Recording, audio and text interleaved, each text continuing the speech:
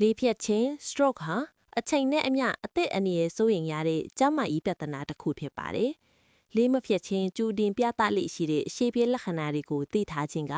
အသက်တစ်ချောင်းကိုကယ်တင်နိုင်ုံသာမက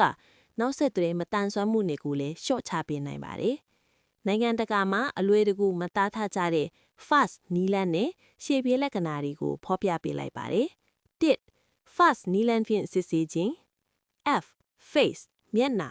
ပြုံးခိုင်းကြည့်ပါမျက်နှာတစ်ချမ်းကရွဲ့သွားသလားဒါမှမဟုတ်မျက်တောင်တစ်ဖက်ကတွဲကျနေသလားဆိုတာကြည့်ပါ A. arms လက်မောင်းလက်နှစ်ဖက်လုံးကိုမြောက်ခိုင်းကြည့်ပါလက်တစ်ဖက်ကအလိုအလျောက်ပြန်ကျသွားသလားတေနေသလားဆိုတာစစ်ဆေးပါ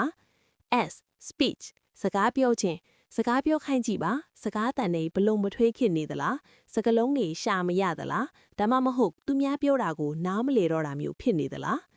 T. time အချိန်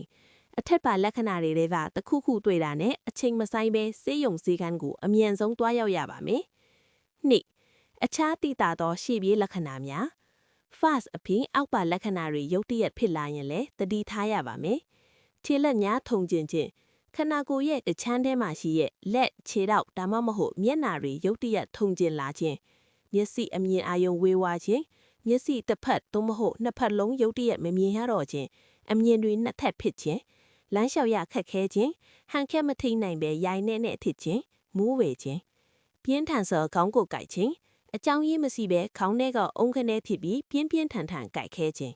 တတိပြုရန်ယာယီလေးဖြစ်ခြင်း TIA တခါတရံအထက်ပါလက္ခဏာတွေကမိနစ်ပိုင်းလောက်ပဲဖြစ်ပြီးပြန်ကောင်းသွားတတ်ပါတယ်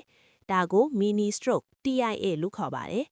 ပြန်ကောင်းသွားပြီပဲဆိုပြီးပေါ့ဆာလို့မရပါဘူးဒါဟာပြင်းထန်တဲ့လေဖြတ်ခြင်းကြီးမဖြစ်ခင်ခန္ဓာကိုယ်ကပေးတဲ့နောက်ဆုံးသတိပေးချက်ဖြစ်လို့ဆရာဝန်နဲ့ချက်ချင်းပြသတင်ပါတယ်။အရေးကြီးချက်လေဖြတ်ခြင်းမှာအချိန်ဟအသက်ဖြစ်ပါတယ်။လက္ခဏာပြပြီး3နာရီမှ4နာရီခွဲအတွင်းဆေးရုံရောက်ဖို့အလွန်အရေးကြီးပါတယ်။